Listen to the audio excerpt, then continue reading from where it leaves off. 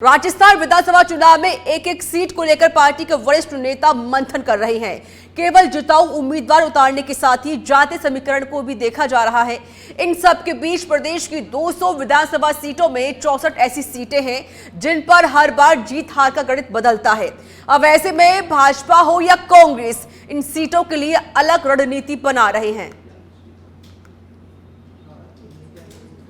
तो कांग्रेस की विधानसभा चुनाव को लेकर तैयारियां जोरों शोरों पर चल रही हैं। हालांकि कांग्रेस पार्टी ने अपनी 3 सूची जारी कर दी है, जिसमें 95 उम्मीदवारों के नाम का ऐलान कर दिया गया है, उनके नाम की घोषणा कर दी गई है। बाकी सीटों को लेकर अब कांग्रेस पार्टी मंथन कर रही है।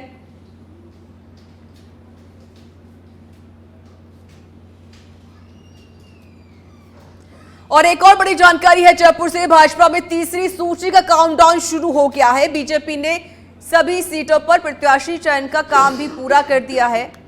और देखिए, जिस तरीके से कांग्रेस पार्टी कोशिश लगातार जारी है कि भाई जितने भी उम्मीदवार हैं हम उनको उतारें, चाहे बीजेपी हो या कांग्रेस हो। अब दोनों ही दल आमने सामने भी आ चुके हैं और कोशिश यही हो रही है कि किस तरीके से अपनी पार्टी को जीता जा सके और फिर से सत्ता पर काबिज हो सके। कांग्रेस की भी यही कोशिश है कि हम फिर से सत्ता पर काबिज हो जाएं, फिर से रिपीट हों। लेकिन यहाँ पर बीजेपी चाह रही है कि हमारी भी कोशिश यहाँ पर ये बरकरार है ताकि हमारी सत्ता फिर से काबिज हो सके।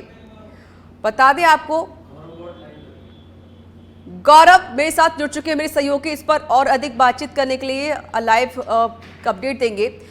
गौरव, तस्वीर भी हम देख रहे हैं। हालांकि कांग्रेस पार्टी की पूरी कोशिश है कि भाई फिर से हम रिपीट हो जाएं, जो राज करने का रिवाज चल रहा है उसे हम खत्म कर दें। और कोशिश उनकी यही हो रही है कि हम फिर से रिपीट, ताकि हम फिर से सत्ता पर काबिज हो पाए। अभी क्या कुछ कांग्रेस पार्टी की स्ट्रैटेजी तैयार हो रही है?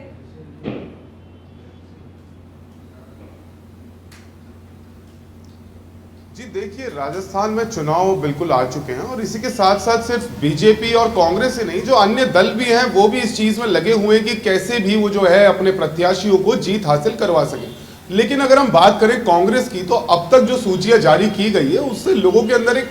जो आप देखेंगे, लोग संतुष्ट हैं, उन सीटों को देख करके संतुष्ट है। और जब आप उन क्षेत्रों में पहुंचते हैं जिन क्षेत्रों से इन सीटों को जो है दिया गया है, चूंकि अभी 3 लिस्टों के अंदर सबके नाम आ चुके हैं, खाली जो 90 के आसपास कुछ ऐसी सीटें हैं जिनका नाम आना बाकी है और जिनको लेकर के कल एक बड़ी मीटिंग जो है की जाने वाली है, कल 29 अक्टूबर को। और उसके अंदर ये डिसाइड किया जाएगा कि जो बची हुई सीटें हैं उन पर कौन सा उम्मीदवार जो है कांग्रेस की पताका को फतेह करके दिखाएगा। रिचा,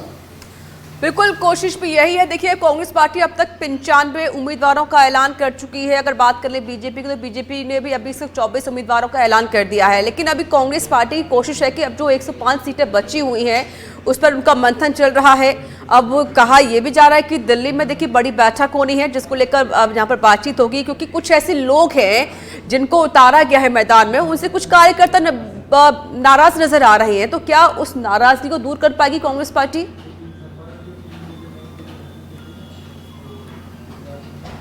देखिए, कल जो सीईसी की जो बैठक होने वाली है, जिसके अंदर मुख्यमंत्री अशोक गहलोत, पीसीसी प्रभारी, पीसीसी के जो अध्यक्ष है राजस्थान के डोटासरा जी, और साथ ही जो प्रभारी हमारे रंधावा जी, लोग मौजूद होंगे। और जहां रही बात की किस कैंडिडेट से लोगों के अंदर खुशी है या नहीं, या किसी को देख करके अगर कोई रोष व्याप्त किया जा रहा है, तो देखिए कांग्रेस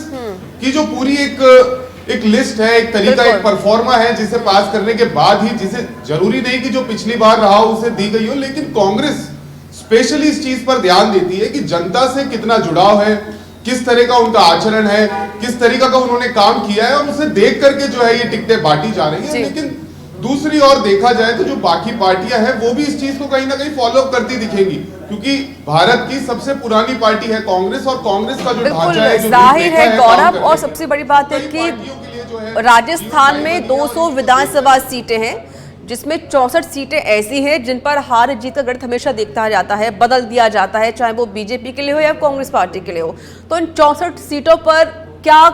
कांग्रेस की रणनीति रहेगी, ताकि जो एक स्ट्रैटेजी हमेशा बदलती दिखती है कांग्रेस पार्टी की, भैया इस बार हम ऐसे नहीं ऐसे काम करेंगे, इस बार क्या लग रहा है कि जो 64 सीटें हैं जिस पर हमें हमेशा एक समीकरण जो बदलता हुआ दिखाई देता है बीजेपी के लिए या फिर कांग्रेस के लिए, इस पर क्या कांग्रेस पार्टी तैयारी कर रही है, क्या रणनीति बना रही है इन सीटों को लेकर?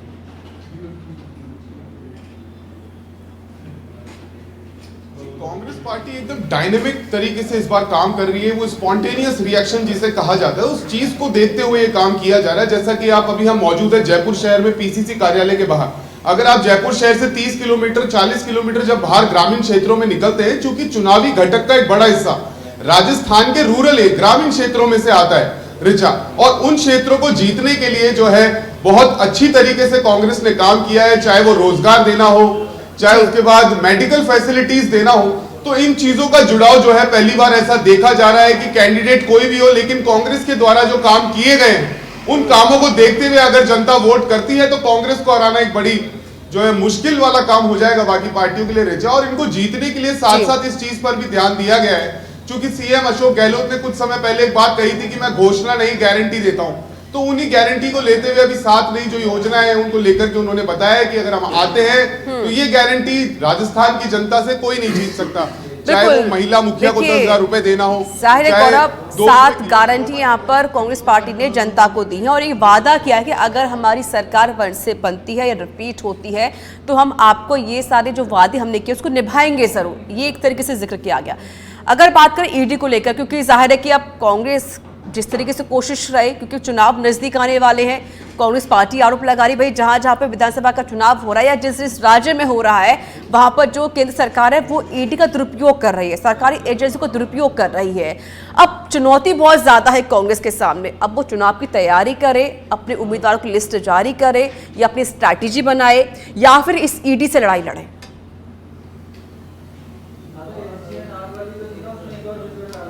ऋचा, इसको लेकर के जब पूर्व कुछ दिन पहले आपने देखा होगा कि डोटासरा जी के यहाँ पर जो है ईडी की टीम पहुंच जाती है और वहां पर जो उनके समर्थक थे, जो ग्रामीण थे, उनके अंदर एक रोष था। लेकिन जब उन्होंने अपनी बात को रखा कि भाई ईडी है, अपनी नौकरी करते हैं और ये अपना काम पूरा करने यहाँ है, अगर हम गलत होंगे तो हम डरेंगे, लेकिन डोटासरा जी के चेहरे पर जो कॉन्फिडेंस उनके समर्थकों ने देखा और साथ ही पूरे देश प्रदेश के लोगों ने जब ये चीज को देखी तो कहीं ना कहीं ये टेंशन भी कम होती है। और दूसरी ओर ये भी देखा जाता है कि जब भी चुनावी समय आता है तो केंद्रीय जांच एजेंसियां यहाँ पहुंच जाती हैं और किस तरीके से काम में खलल डाला जाए उस चीज के लिए आगे बढ़ती है। लेकिन सीएम अशोक गहलोत का भी कहना था कि अभी मैंने 2 घोषणाएं की हैं और ईडी आ चुकी है, उसके बाद उन्होंने 5 नई घोषणाएं जो है अभी अपनी जो बात की गई थी, आपको जो बताया जा रहा था, जनता तक बात पहुंचाई जा रही थी कि 7 गारंटी की योजनाएं वो लेकर के आए हैं। तो अब कांग्रेस का ध्यान सिर्फ विकास की तरफ है और पिछले जो 5 साल की सरकार राजस्थान में रही है उसको देखते हुए भी यही लगता है कि इस बार कांग्रेस विकास के मुद्दे को लेकर आगे बढ़ी है।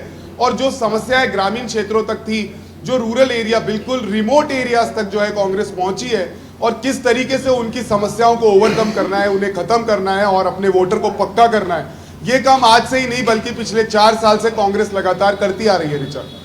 बिल्कुल, देखिए एक रणनीति बन रही है कांग्रेस पार्टी की गौरव, इसमें यह भी देखा जा रहा है कि कांग्रेस पार्टी सिर्फ महिलाओं तक सीमित नहीं है, महिलाएं उसके लिए एक मेन वर्ग हो गया, ऊपर से उसके बाद देखिए जो बुजुर्ग हैं उनके लिए भी काम करने की कोशिश, स्टूडेंट्स हैं उनके लिए भी काम किया जा रहा है कि ताकि जो युवा है वो उनको वोट दे सके। युवाओं का एक मेन रोल देखा जा रहा है क्योंकि बेरोजगारी का जो मुद्दा है बहुत ज़्यादा गरमाया हुआ था और चाहे हम पेपर लीक का ही जिक्र क्यों न करें, बहुत नाराज भी युवा यहाँ पर नजर आए थे। तो क्या उन युवाओं को मनाया जाएगा ताकि, क्योंकि युवाओं के हाथ में इस बार जीत की चाबी है, उस जीत की चाबी को अपनाने के लिए कांग्रेस पार्टी कुछ भी कर सकती है और वही कोशिश कांग्रेस पार्टी की हो रही है कि भाई युवाओं को मनाइए, अगर युवा मानते हैं तो जरूर हमारी फिर से सरकार रिपीट हो सकती है। तो किस तरीके से युवाओं को मनाने की कोशिश यहां पर कांग्रेस पार्टी करेगी?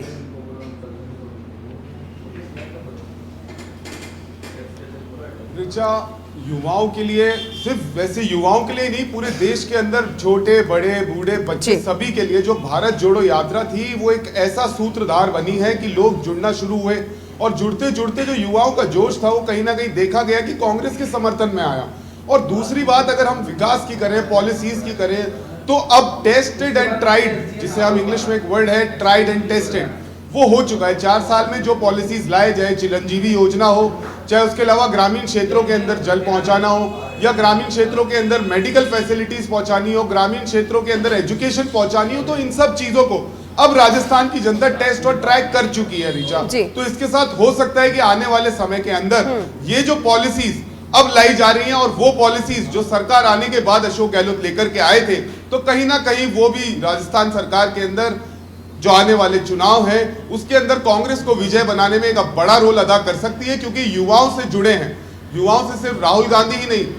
मुख्यमंत्री अशोक गहलोत बिल्कुल। और अन्य वो लोग जो पिछले 5 साल राजस्थान सरकार के अंदर अच्छे बड़े ओहदों पर बैठे थे, वो लोगों से जुड़े, युवाओं से जुड़े, उनकी समस्याएं सुनी गई। और अब देखेंगे कि अब तक की जो सीटों का बंटवारा किया गया है उसके अंदर भी कहीं ना कहीं इस चीज की झलक देखने को मिलती है कि युवाओं के प्रति राजस्थान सरकार अब सक्रिय हो चुकी है।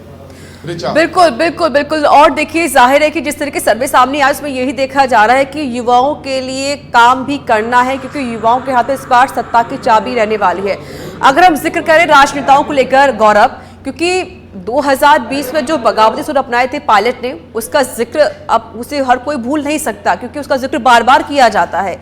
पायलट के अंदर जो नाराजगी थी गहलोत को लेकर, वो भले ही दूर हो गई हो, लेकिन जो अंतर कलह, वो कभी शायद अभी दूरियां जो हुई थी वो भी नजदीक नहीं आ पाई हैं। अब क्या लग रहा है, क्योंकि जब पहली लिस्ट जारी हुई थी, जब मंथन किया गया था, तब देखिए सचिन पायलट को दिल्ली नहीं बुलाया गया था। इस बार भी देखा जा रहा है कि सीईसी की जो बैठक होनी, इसमें सचिन पायलट को इन्विटेशन नहीं दिया गया है। तो क्या हम ये मान सकते हैं कि अभी जो दूरियां कम होनी थी वो अभी कम नहीं हो पाई हैं पायलट और गहलोत के बीच में?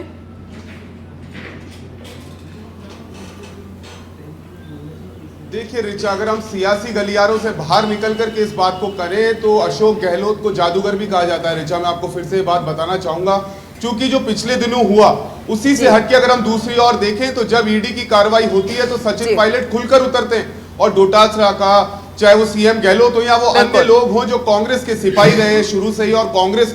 कांग्रेस की पताका लहराने में जिन्होंने अपना सब कुछ लगा दिया, उनके समर्थन में उतरना भी एक सिंबल है, एक साइन है, एक निशान है कि वो अब खुलकर के जो है साथ हो चुके हैं। और बीच की जो कलह है उसका फायदा अगर दूसरी पार्टियां उठाना चाह रही है तो इसके अंदर उनका कोई दोष नहीं। और साथ ही अशोक गहलोत की जो पॉलिसी बिल्कुल जाहिर है, अब देखिए चौथी लिस्ट का इंतजार हो रहा है, लेकिन उससे पहले यहाँ पर अच्छे से मंथन चल रहा है कि आखिरकार किसको यहाँ पर टिकट दिया जाए और जो रूट है उनको कैसे मनाया जाए। बहुत बहुत शुक्रिया आपका गौरव, अधिक